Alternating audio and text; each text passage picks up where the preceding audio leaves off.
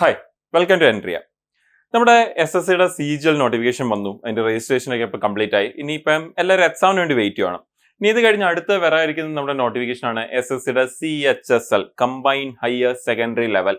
Higher secondary +2 qualification ഉള്ള ഏതൊരാൾക്കും എഴുതാൻ പറ്റുന്ന ഒരു എക്സാം ആണ്. എന്ന് പറഞ്ഞാൽ ഇപ്പൊ എന്നെ കേൾക്കുന്ന ഓൾമോസ്റ്റ് എല്ലാവർക്കും എഴുതാൻ പറ്റുന്ന ഒരു എക്സാം ആയിരിക്കും അത്. നിങ്ങൾ കോളേജിൽ പഠിച്ചുകൊണ്ടിരിക്കുന്നവരാണെങ്കിലും ഈ പറഞ്ഞ ഓൾറെഡി ഗ്രാജുവേഷൻ കംപ്ലീറ്റ് ചെയ്തവരാണെങ്കിലും ഒക്കെ എല്ലാവർക്കും എഴുതാൻ പറ്റുന്ന ഒരു എക്സാം ആണ് SSCയുടെ CHSL combine higher secondary level examination എന്ന് പറയുന്നത്. അപ്പോൾ ഒരു പ്രീവിയസ് എക്സ്പീരിയൻസ് ഒന്നുമില്ലാതെ 18 വയസ്സിന് മുകളിലാണ് നിങ്ങളുടെ ഏജ് എങ്കിൽ, ജനറൽ കാറ്റഗറി അനുസരിച്ചാണെങ്കിൽ 27 വയസ്സിന്റെ അകത്താണ് നിങ്ങളുടെ ഏജ് ലിമിറ്റ് വരുന്നതെങ്കിൽ, എൻ്റെ OBC SC ST ആണെങ്കിൽ OBC ആണെങ്കിൽ 3 വർഷം കൂടി എക്സ്ട്രാ, എൻ്റെ SC ST ആണെങ്കിൽ 5 വർഷം എക്സ്ട്രാ. അപ്പം ആ ഒരു റിലാക്സേഷൻ കൂടി അവർക്ക് കിട്ടുന്നുണ്ട്. അപ്പൊ ഈ ഒരു ഏജ് കാറ്റഗറി വരുന്ന +2 ക്വാളിഫൈഡ് ആയിട്ടുള്ള 18 വയസ്സിന് മുകളിലോട്ടുള്ള ഒരാളാണ് നിങ്ങളെങ്കിൽ നിങ്ങൾക്ക് എല്ലാവർക്കും എഴുതാൻ പറ്റുന്ന ഒരു എക്സാമാണ് SSCയുടെ CHSL എക്സാം എന്ന് പറയുന്നത്. എന്ന് പറഞ്ഞാൽ വെറും +2 ക്വാളിഫിക്കേഷൻ വെച്ചുകൊണ്ട് ഒരാൾക്ക് എന്ത് കിട്ടും? സെൻട്രൽ ഗവൺമെന്റ് ജോലി നേടാൻ പറ്റും എന്നുള്ളതാണ് ഇമ്പോർട്ടന്റ്. ഇനി ഈ SSC CHSL എക്സാം എന്ന് പറയുമ്പോൾ നമുക്കറിയാം ഒരു +2 ക്വാളിഫിക്കേഷൻ ആയതുകൊണ്ട് തന്നെ നമുക്കൊരു ക്ലർക്കൽ ലെവൽ പോസ്റ്റ് ആണ് ഇതിന്റെ അണ്ടറിൽ വരുന്നത്. എന്തൊക്കെ പോസ്റ്റ് ആണ് എന്ന് ഉള്ളത് ചോദിച്ചാൽ 2 പോസ്റ്റ് ആണ് മെയിൻ ആയിട്ടുള്ളത്. ഒന്ന് JSA ജൂനിയർ സെക്രട്ടറിയൽ അസിസ്റ്റന്റ് അല്ലെങ്കിൽ LDC ക്ലർക്ക് എന്നും പറയാറുണ്ട്. അത് കൂടാതെ പിന്നെ ഡാറ്റ എൻട്രി ഓപ്പറേറ്റർ DEO എന്ന് പറയുന്ന പോസ്റ്റും ഉണ്ട്. അപ്പൊ ഇതിലെ നമ്മുടെ JSA എന്ന് പറയുന്ന പോസ്റ്റ്, ആ ഒരു പോസ്റ്റിന്റെ സാലറി എങ്ങനെയാണ് വരുന്നത്, ലൈക്ക് സാലറി സ്കെയിൽ എങ്ങനെയാണ്, ലൈക്ക് ഒരു ഇൻഹാൻസ് സാലറി ഒക്കെ എങ്ങനെയാണ് എന്നുള്ളതാണ് നമ്മൾ ഈ സെഷനിൽ നോക്കുന്നത്. അപ്പൊ ആ ഒരു ജോലിയുടെ ജോബ് പ്രൊഫൈൽ എന്താണ് എന്നുള്ളതൊക്കെ നമ്മൾ നേരത്തെ തന്നെ ഓൾറെഡി ചാനലിൽ ഡിസ്കസ് ചെയ്തിട്ടുണ്ട്. അതിനെക്കുറിച്ച് അറിയണമെന്നുള്ളവർക്ക് ഡെഫിനറ്റ്ലി ചാനലിൽ ചെന്ന് അതൊന്ന് സെർച്ച് ചെയ്ത് നോക്കിയാൽ മതി. നിങ്ങൾക്ക് അവിടുന്ന് ഈ ഒരു JSA എന്ന് പറയുന്ന പോസ്റ്റിന്റെ ജോബ് പ്രൊഫൈൽ, ആളുടെ ജോലി എന്താണ്, ഡേ ടു ഡേ റുട്ടീൻ എന്താണ് എന്നുള്ളതൊക്കെ നിങ്ങൾക്ക് അവിടെ നിന്ന് കിട്ടും. പക്ഷേ ഇനി ആ ഒരു പോസ്റ്റിന് സാലറി എന്താണെന്നുള്ളത് നമുക്ക് ഈ ഒരു സെഷനിൽ നമുക്ക് മനസ്സിലാക്കാം. അപ്പോൾ ജൂനിയർ സ്റ്റാറ്റിസ്റ്റിക്കൽ ഓഫീസർ അതിന്റെ ഒരു സാലറി എന്താണ് എന്നുള്ളതാണ് നമ്മൾ നോക്കുന്നത്. അപ്പൊ SSC CHSL 2026 എക്സാം വരാൻ പോകുന്നേ ഉള്ളൂ. ആ ഒരു എക്സാമിന്റെ അകത്താണ് ഈ ഒരു പോസ്റ്റിന് വേണ്ടി വിളിക്കുന്നത്. അപ്പൊ ഇതിന്റെ ഒരു ഫിനാൻഷ്യൽ ബ്ലൂ പ്രിന്റ് എന്താണ് എന്നുള്ളത് നമുക്കൊന്ന് മനസ്സിലാക്കാം. ആ ജൂനിയർ സെക്രട്ടേറിയറ്റ് അസിസ്റ്റന്റ് പോസ്റ്റിന്റെ, അപ്പൊ ഇതൊരു പേ ലെവൽ 2 വരുന്ന പോസ്റ്റ് ആണ്. പേ ലെവൽ 2 വരുന്ന ഒരു പോസ്റ്റ് ആണ്. അപ്പോൾ നമ്മുടെ ഇതിലേക്ക് വരുമ്പം ഇതിനൊരു സ്റ്റാർട്ടിംഗ് ബേസിക് പേ ഉണ്ട്. നിങ്ങൾക്കറിയാം ഏതൊരു പോസ്റ്റിനും ഒരു സ്റ്റാർട്ടിംഗ് ബേസിക് പേ ഉണ്ട്. അപ്പോൾ നമ്മുടെ ഇവിടെ വരുന്ന സ്റ്റാർട്ടിംഗ് ബേസിക് പേ എന്ന് പറയുന്നതാണ് 19,900 പെർ മന്ത്. പക്ഷെ ഇത് ജസ്റ്റ് ബേസിക് പേ മാത്രമാണ്. ഇവിടെ എന്തുകൂടി ചേരാനുണ്ട്, ബാക്കിയുള്ള അലവൻസുകൾ എല്ലാം ചേരാനുണ്ട്. അലവൻസുകളിലേക്ക് വരുമ്പം എന്തൊക്കെ അലവൻസുകളാണ്, അപ്പൊ നമുക്ക് ഈ പറഞ്ഞ CHSന്റെ എക്സാം എന്ന് പറയുമ്പോൾ തന്നെ നമ്മൾ പറഞ്ഞ പോലെ ഈ ഒരു റോളാണ് അവിടെ കവർ ചെയ്യുന്നത്. JSAയും LDCയും നമ്മൾ പറഞ്ഞ പോലെ ലോവർ ഡിവിഷണൽ ക്ലർക്കും ജൂനിയർ സെക്രട്ടറി അസിസ്റ്റന്റും ആണ് അവിടെ കവർ ആവുന്നത്. ഇത് എവിടേക്കാണ് ഈ പോസ്റ്റിംഗ് വരുന്നതെന്ന് ചോദിച്ചാൽ നമ്മുടെ സെൻട്രൽ ഗവൺമെന്റ് മിനിസ്ട്രീസിലേക്ക്, ഡിപ്പാർട്ട്മെന്റിലേക്ക്, ഓർഗനൈസേഷനിലേക്കുള്ള വേരിയസ് ഓർഗനൈസേഷനിലേക്കുള്ള ഈ ഒരു ക്ലർക്കൽ പോസ്റ്റിലേക്കാണ് ഈ റിക്രൂട്ട്മെന്റ് നടക്കുന്നത്. അപ്പോൾ എന്താ ഇതിന്റെ ഒരു ഇമ്പോർട്ടന്റ് എന്ന് പറഞ്ഞാൽ വളരെ എന്താ പറയുക, ഗ്രാജുവേഷൻ പോലും ക്വാളിഫിക്കേഷൻ ഇല്ലാതെ തന്നെ നിങ്ങൾക്കൊരു വളരെ സ്റ്റേബിൾ ആയിട്ടുള്ള സ്ട്രക്ചേർഡ് ആയിട്ടുള്ള ഒരു ഗവൺമെന്റ് കരിയർ കിട്ടുവാണ് അവിടുന്ന്. ആൻഡ് ആ കരിയറിന് പിന്നെ നമുക്ക് എന്ത് ചെയ്യാം, ഡിപ്പാർട്ട്മെന്റ് ടെസ്റ്റ് വഴിയും ഫ്യൂച്ചറിൽ വരാതിരിക്കുന്ന ഈ പറഞ്ഞ പോലെ ബാക്കിയുള്ള എക്സാംസ് വഴിയൊക്കെ തന്നെ പിന്നെയും നമുക്ക് ഗ്രോ ചെയ്തെടുക്കാൻ പറ്റും. കൂടുതൽ ഹയർ പൊസിഷനിലേക്കൊക്കെ നമുക്ക് പിന്നെ ഫ്യൂച്ചറിൽ നമുക്ക് ഡിപ്പാർട്ട്മെന്റ് എക്സാംസ് ഒക്കെ വരുന്ന സമയത്ത് എഴുതി നമുക്ക് മുകളിലോട്ടും പോകാൻ പറ്റും. ഇനി നമ്മൾ ഇതിന്റെ സാലറി സ്കെയിലേക്ക് വന്നു കഴിഞ്ഞാൽ ഡെഫിനറ്റ്ലി സാലറി സ്കെയിൽ എഫക്ട് ചെയ്യുന്നത് ചില ഫാക്ടേഴ്സും ഉണ്ട്. എന്ന് പറഞ്ഞാൽ എല്ലാവർക്കും ഒരേ സാലറി അല്ല കിട്ടുന്നത്. പല ഡിപ്പാർട്ട്മെന്റ് ആയിരിക്കും, പല ഓർഗനൈസേഷൻ ആയതുകൊണ്ട് തന്നെ സാലറിയിൽ ചെറിയ ചെറിയ വ്യത്യാസങ്ങൾ കാണും, അതാത് ഡിപ്പാർട്ട്മെന്റ് അനുസരിച്ച്. പക്ഷെ അതിനേക്കാളും ഇമ്പോർട്ടന്റ് ആണ് ഈ പറയുന്ന പോലെ നമ്മുടെ എന്താ പറയാ സിറ്റി, നമ്മുടെ HR ഹോം റെന്റ് അലവൻസ് എന്ന് പറയുന്ന ആ ഒരു സംഭവം. അപ്പൊ ആ ഒരു ഹൗസ് റെന്റ് അലവൻസിലേക്ക് വരുമ്പോൾ നമ്മുടെ city X, city Y, city Z വരുമ്പോൾ അതിനനുസരിച്ച് ആ സാലറിയിൽ വ്യത്യാസം വരും ഉറപ്പായിട്ടും. ഓക്കെ, ഇപ്പൊ മെട്രോ സിറ്റി ആണെങ്കിൽ HR കൂടുതലായിരിക്കും, കൂടുതൽ ഹയർ പെർസെന്റേജ് ആയിരിക്കും.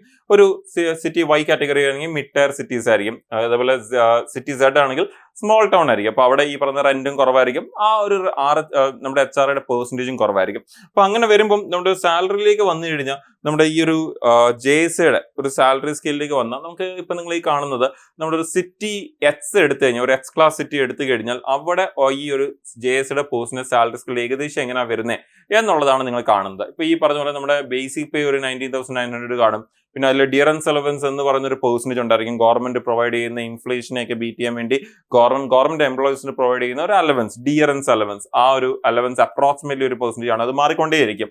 പിന്നെ അതുകൂടാതെ ഹൗസ് റെന്റ് അലവൻസ് നമ്മൾ പറഞ്ഞ പോലെ അതും സിറ്റി ടു സിറ്റി മാറിക്കൊണ്ടേയിരിക്കും. ഡെഫിനറ്റ്ലി ഓർഗനൈസേഷൻ അനുസരിച്ചും നമ്മൾ പോസ്റ്റ് ചെയ്യുന്ന ഏരിയ അനുസരിച്ചൊക്കെ മാറും. പിന്നെ നമ്മുടെ ട്രാൻസ്പോർട്ടേഷൻ അലവൻസ് നിങ്ങൾക്കറിയാം ഒരുപാട് അലവൻസുകളും കാര്യങ്ങളൊക്കെ വരുന്നത്. അപ്പോൾ DA, അതുപോലെ ഇതെല്ലാം കഴിയുമ്പോഴത്തേക്കും നമുക്ക് ഗ്രോസ് സാലറി ഏകദേശം ഒരു എന്താ പറയുക ഒരു 42,000 to 50,000 ഇടയ്ക്ക് വരും എന്ന് പറയാം. ബിക്കോസ് നമ്മൾ പറഞ്ഞ പോലെ ഡിപ്പാർട്ട്മെന്റിനനുസരിച്ച് ആ ഒരു വ്യത്യാസങ്ങൾ വരും. അപ്പോൾ ഒരു ഓൾമോസ്റ്റ് ഒരു 40 to 50,000 ഇടയ്ക്കായിരിക്കും ഏകദേശം ഗ്രോസ് പേ വരുന്നത്. ഇനി അതിനുശേഷം നമുക്ക് അതിൽ കുറെ ഡിഡക്ഷൻസ് വരും, ലൈക്ക് NPSഉം പിന്നെ അതേപോലെ ബാക്കിയുള്ള ചെറിയ എമൗണ്ട്സിനൊക്കെ ഡിഡക്ഷൻസ് വന്നതിന് ശേഷം നമ്മുടെ കയ്യിൽ കിട്ടുന്ന സാലറി എന്ന് പറയുന്നത് ഏകദേശം ഒരു 30 to 43,000 റേഞ്ചിലായിരിക്കും നമ്മുടെ കയ്യിൽ കിട്ടുന്ന സാലറി എന്ന് പറയുന്നത്. അപ്പൊ ഇതിന്റെ ഒരു നമ്മുടെ ഈ പറയുന്ന JSA എന്ന് പറയുന്ന പോസ്റ്റിന്റെ ഒരു ഇൻഹാൻസ് സാലറി എന്ന് പറയുന്നത് ഏകദേശം നമുക്കൊരു 38,000 to 43,000 റേഞ്ചിലായിരിക്കും ആ ഒരു സാലറി വരുന്നത്. അപ്പോൾ പറഞ്ഞ പോലെ സിറ്റി അനുസരിച്ച് ഇതിൽ ചെറിയ വ്യത്യാസങ്ങൾ ഉറപ്പായിട്ടും വരും. പിന്നെ ഈ പറയുന്ന ഡിപ്പാർട്ട്മെന്റ്സ് അനുസരിച്ചും ചിലപ്പം അലവൻസുകളും കാര്യങ്ങളും ചെറിയ ചെറിയ വ്യത്യാസങ്ങൾ വരും. ബട്ട് അറൌണ്ട് ഒരു സാലറി നിങ്ങൾക്ക് ഇപ്പോൾ പ്രിപ്പയർ ചെയ്യുന്ന സമയം നിങ്ങൾക്ക് ഒരു ഐഡിയ ഉണ്ടായിരിക്കണം നിങ്ങൾ ഈ ജോലിയിലേക്ക് എത്തിച്ചെയ്ത് കഴിഞ്ഞാൽ എന്ത് ജോലിയാണ് എടുക്കാനുള്ളത്. അത് നമ്മൾ ഓൾറെഡി ഡിസ്കസ് ചെയ്തിട്ടുണ്ട്. ജോബ് പ്രൊഫൈൽ എന്താണ്, അതുപോലെ എത്രത്തോളം കിട്ടും സാലറി എന്നുള്ളത് നമുക്കൊരു ഐഡിയ ഉണ്ടായിരിക്കണം. പിന്നെ നമ്മൾ പറഞ്ഞ പോലെ തന്നെ ജസ്റ്റ് ഒരു ജോബ് എന്നുള്ള അല്ലെങ്കിൽ ജസ്റ്റ് ഒരു സാലറി മാത്രമല്ല അവിടെ വരുന്നത്. നിങ്ങൾക്കറിയാം നമ്മൾ പറഞ്ഞ പോലെ ഒരുപാട് അലവൻസുകളുണ്ട്. ലൈക്ക് ഇപ്പം നമ്മൾ പറഞ്ഞ പോലെ DA, HRA, ട്രാൻസ്പോർട്ടേഷൻ അലവൻസ്.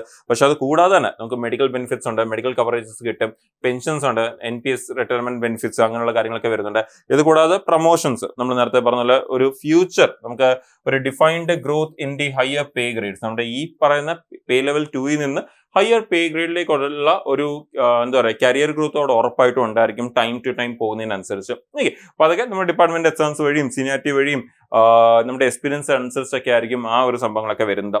അപ്പോൾ ഓവറോൾ നമ്മുടെ ഈ ഒരു ലെവൽ 2 പോസ്റ്റിലാണ് JSA വരുന്നെങ്കിലും നമ്മുടെ ഒരു കൺസിസ്റ്റന്റ് ആയിട്ടുള്ള സർവീസും അത് നമുക്ക് അൺലോക്ക് ചെയ്ത് തരുന്നത് ലോങ് ടേം ഗ്രോത്തും ലോങ് ടേം ഫിനാൻഷ്യൽ ഗ്രോത്തും ഒക്കെ തന്നെ കരിയർ ഗ്രോത്തും ഒക്കെ തന്നെയാണ് ഓപ്പൺ ചെയ്ത് തരുന്നത്.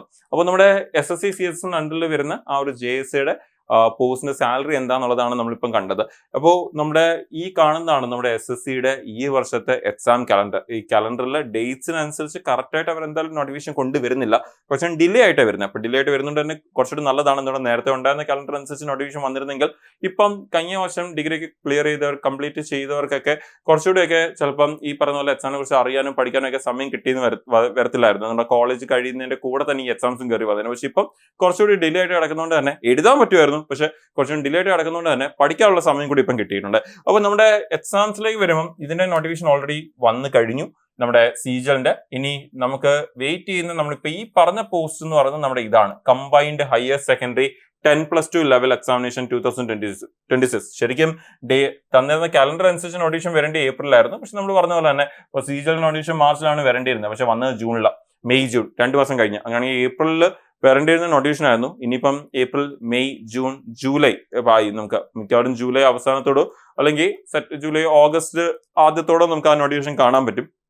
എൻ്റെ എക്സാംസ് മിക്കവാറും നടക്കാൻ പോകുന്നത് ജൂലൈ ടു സെപ്റ്റംബർ ആണ് പറഞ്ഞതെങ്കിൽ മിക്കവാറും എക്സാം നടക്കാൻ പോകുന്നത് സെപ്റ്റംബർ ടു ഒക്ടോബറിന്റെ ഇടയ്ക്കായിരിക്കും എക്സാംസ് നടക്കാൻ പോകുന്നത്. സോ അത്യാവശ്യം എന്ത് കിട്ടുന്നുണ്ട്, ഒരു ടൈം അവിടെ കിട്ടുന്നുണ്ട്. നിങ്ങൾക്ക് പഠിക്കാൻ വേണ്ടിയും പ്രിപ്പയർ ചെയ്യാൻ വേണ്ടിയൊക്കെ ഒരു സമയം അവിടെ എന്തായാലും കിട്ടുന്നുണ്ട്. സോ അത് നല്ലപോലെ യൂട്ടിലൈസ് ചെയ്യുക എന്നുള്ളതാണ്. ബിക്കോസ് നിങ്ങളുടെ ആ ഒരു പ്രിപ്പറേഷൻ CHSLന് മാത്രമല്ല ഹെൽപ്പ് ചെയ്യാൻ പോകുന്നത്, ഉറപ്പായിട്ട് നിങ്ങൾക്ക് ഈ MTSന്റെ എക്സാമിൽ ഹെൽപ്പ് ചെയ്യും. നിങ്ങളുടെ ഡൽഹി പോലീസിന്റെ എക്സാം എഴുതാൻ പ്ലാൻ ഉണ്ടെങ്കിൽ അതിൽ ഹെൽപ്പ് ചെയ്യും. അതുപോലെ നമ്മുടെ SSCയുടെ GD എക്സാം എഴുതാൻ പ്ലാൻ ഉണ്ടെങ്കിൽ ആ എക്സാമിനും നിങ്ങളെ ഈ ഒരു പ്രിപ്പറേഷൻ ഉറപ്പായിട്ട് ഹെൽപ്പ് ചെയ്യുന്നതായിരിക്കും. എന്നിട്ട് ഇതിന്റെ എല്ലാം സിലബസ് എന്താണ്, സെയിം ആണ്. ക്വസ്റ്റിന്റെ കൗണ്ടിലും ക്വസ്റ്റിന്റെ ലെവലിലും മാത്രമേ വ്യത്യാസമുള്ളൂ. അല്ലാതെ പഠിക്കാനുള്ള സിലബസിൽ ഒരു വ്യത്യാസവും വരുന്നില്ല. താഴോട്ട് പോകുമ്പോൾ പഠിക്കാനുള്ള സബ്ജക്ട്സ് കുറഞ്ഞു വരത്തേ ഉള്ളൂ, ടോപ്പിക്സ് കുറഞ്ഞു വരത്തേ ഉള്ളൂ. പക്ഷെ നമുക്ക് സിലബസ് അങ്ങനെ വലിയ മാറ്റങ്ങളൊന്നും വരുന്നില്ല, ഒന്നും എക്സ്ട്രാ പഠിക്കേണ്ടി വരുന്നില്ല. അതാണ് ഏറ്റവും ഇമ്പോർട്ടൻറ്റ്. അപ്പോൾ നിങ്ങൾ ഈ ഒരു പ്രിപ്പറേഷൻ ഉറപ്പായിട്ടും വരാതിരിക്കുന്ന ഒരുപാട് എക്സാംസിന് എന്ത് ചെയ്യും, നിങ്ങളെ ഒരുപാട് ഹെൽപ്പ് ചെയ്യും. സോ ഏറ്റവും നല്ലൊരു പ്രിപ്പയർ ചെയ്യുക ഈ ഒരു സമയത്ത് എന്നുള്ളതാണ് നിങ്ങൾ ഫോക്കസ് ചെയ്യേണ്ടത്. അപ്പോൾ ഈ ഒരു SSC എക്സാംസിന് വേണ്ടിയും SSC CSL എക്സാംസിന് വേണ്ടി പ്രിപ്പയർ ചെയ്യാൻ വേണ്ടിയുള്ള ഒരു ചെറിയൊരു സ്റ്റഡി പ്ലാൻ അല്ലെങ്കിൽ ഒരു റോഡ് മാപ്പ് നിങ്ങളുടെ ഈ വീഡിയോയുടെ ഡിസ്ക്രിപ്ഷന്റെ ലിങ്ക് കൊടുത്തിട്ടുണ്ട്. നിങ്ങൾക്ക് പ്രിപ്പയർ ചെയ്യാൻ പ്ലാൻ ചെയ്യുന്നവരാണെങ്കിൽ, പ്രിപ്പയർ ചെയ്യാൻ ഇനി ഫ്യൂച്ചർ പ്രിപ്പറേഷൻ ഒക്കെ പ്ലാൻ ചെയ്യുന്നവരാണെങ്കിലും ആ ഒരു ഡിസ്ക്രിപ്ഷനിൽ നിന്ന് ആ ഒരു സ്റ്റഡി പ്ലാൻ ഡൗൺലോഡ് ചെയ്ത് നിങ്ങളുടെ കൈ വെച്ചേക്കുക. നിങ്ങൾക്ക് ആ ഒരു പ്ലാൻ വെച്ചോണ്ട് ഒരിക്കലും ആ പ്ലാൻ എക്സാക്ട് അതേപോലെ തന്നെ ഫോളോ ചെയ്യണമെന്ന് നിർബന്ധമില്ല. ആ പ്ലാനിനെ മൈൻഡിൽ വെച്ചോണ്ട് നിങ്ങളുടെ ഡെയിലി റുട്ടീൻ ഷെഡ്യൂൾ അനുസരിച്ച് ഒരു പുതിയ സ്റ്റഡി പ്ലാൻ നിങ്ങൾ തന്നെ ഒന്ന് പ്ലാൻ ചെയ്യുക, അല്ലെങ്കിൽ അതിൽ ചെറിയ ചേഞ്ചസ് കൊണ്ടുവരിക. എന്നിട്ട് അത് വെച്ചുകൊണ്ട് നിങ്ങളുടെ ഫ്യൂച്ചർ എക്സാംസിന് വേണ്ടി നിങ്ങളുടെ പ്രിപ്പറേഷൻ തുടങ്ങാം.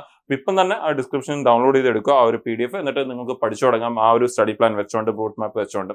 ഓക്കെ, അപ്പോൾ ക്ലിയർ ആണെന്ന് വിശ്വസിച്ച് ഈ പറഞ്ഞ കാര്യങ്ങൾ. അപ്പം ഇത് കൂടാതെ നിങ്ങൾക്ക് എന്തെങ്കിലും കൂടുതൽ ഡൗട്ട്സോ എന്തെങ്കിലും കാര്യങ്ങളെക്കുറിച്ച് കൂടുതൽ അറിയണമെന്നുണ്ടെങ്കിലോ എക്സാംസിനെ കുറിച്ച് കൂടുതൽ മനസ്സിലാക്കണമെന്നുണ്ടെങ്കിലോ നിങ്ങളുടെ ക്വാളിഫിക്കേഷൻ വെച്ച് എഴുതാൻ പറ്റുന്ന വേറെ ഏതൊക്കെ എക്സാം ഉണ്ട്. ഇപ്പോൾ നമ്മൾ പറഞ്ഞല്ലോ നിങ്ങൾ ഡിഗ്രി പഠിച്ചുകൊണ്ടിരിക്കുകയായിരിക്കും, പക്ഷേ സ്റ്റിൽ നിങ്ങൾക്ക് ഒരു സെൻട്രൽ ഗവൺമെന്റ് ജോബ് എഴുതിയെടുക്കാൻ പറ്റും 18 വയസ്സിന് മുകളിലോട്ടാണെങ്കിൽ. അപ്പോൾ അതേപോലെ വേറെ എക്സാംസ് ഉണ്ടായിരിക്കും. അപ്പോൾ അങ്ങനെയുള്ള വേറെ എക്സാംസ് SSCയിലായാലും ശരി, റെയിൽവേയിലായാലും ശരി, വേറെ ഏതൊക്കെ എക്സാംസ് ഒക്കെ ഉള്ളത് എന്നൊക്കെ നേരത്തെ അറിഞ്ഞ് മനസ്സിലാക്കി പഠിക്കണോ, പ്രിപ്പയർ ഒക്കെ ചെയ്ത് തുടങ്ങാൻ. നിങ്ങൾക്ക് അതിനെക്കുറിച്ചൊക്കെ കൂടുതൽ അറിയാനും നിങ്ങൾക്ക് ഈ നമ്പറിൽ കോൺടാക്ട് ചെയ്യാം. 7736122215 എന്നുള്ള ഈ നമ്പറിൽ കോൺടാക്ട് ചെയ്തുകൊണ്ട് അക്കാഡമിക് കൗൺസിലേഴ്സുമായിട്ട് ഡിസ്കസ് ചെയ്ത് നിങ്ങൾക്ക് അതിനെക്കുറിച്ച് കൂടുതൽ ചോദിച്ച് മനസ്സിലാക്കി നിങ്ങൾക്ക് പഠിച്ചു തുടങ്ങാം. അതുപോലെ ആദ്യമായിട്ടേക്ക് പഠിച്ചു തുടങ്ങാൻ പ്ലാൻ ചെയ്യുന്നവരാണെങ്കിൽ അവർക്ക് ഒരു ബാച്ചസിലേക്ക് ജോയിൻ ചെയ്ത് പ്രിപ്പയർ ചെയ്യണമെങ്കിലും നിങ്ങൾക്ക് ഈ നമ്പറിൽ കോൺടാക്ട് ചെയ്യാം. 7736122215 എന്നുള്ള നമ്പറിൽ കോൺടാക്ട് ചെയ്ത് ആ കാര്യങ്ങളെക്കുറിച്ച് കൂടുതൽ ചോദിച്ച് മനസ്സിലാക്കി കറന്റ് ഉള്ള ഓഫേഴ്സിൽ നിങ്ങൾക്ക് ചോദിച്ച് മനസ്സിലാക്കി നിങ്ങൾക്ക് അത് ആ ഒരു ഓഫേഴ്സിൽ ഈ കോഴ്സിൽ ജോയിൻ ചെയ്ത് നിങ്ങളുടെ പ്രിപ്പറേഷൻ സ്റ്റാർട്ട് ചെയ്യാവുന്നതാണ്. അപ്പോൾ ഇനി വരാതിരിക്കുന്ന നോട്ടിഫിക്കേഷൻസ് ഒരുപാടുണ്ട്. അതേപോലെ തന്നെ നമ്മൾ എക്സാംസ് വേണ്ടിയുള്ള ക്വസ്റ്റ്യൻ പ്രാക്ടീസ് അങ്ങനെയുള്ള ഒരുപാട് കാര്യങ്ങൾ കൊണ്ടുപോവുകയും ചെയ്യും. അപ്പോൾ അതൊക്കെ നിങ്ങൾക്ക് ഈ ചാനൽ ത്രൂ ആയിരിക്കും നിങ്ങൾ വരെ എത്തുന്നത്. സോ ഈ ചാനലിലേക്ക് ആദ്യമായിട്ട് വന്നവരാണെങ്കിൽ ഉറപ്പായിട്ടും ചാനൽ ഫോളോ ചെയ്യുക, ഫ്യൂച്ചർ ഇമ്പോർട്ടന്റ് അപ്ഡേറ്റ്സ് ഒന്നും മിസ് ആവാതിരിക്കാൻ വേണ്ടി. അപ്പോൾ അങ്ങനെയാണെങ്കിൽ നമുക്ക് ഇനി വരുന്ന വീഡിയോസിൽ കൂടുതൽ അപ്ഡേറ്റ്സുമായിട്ട് വീണ്ടും നമുക്ക് ഇവിടെ തന്നെ മീറ്റ് ചെയ്യാം. താങ്ക്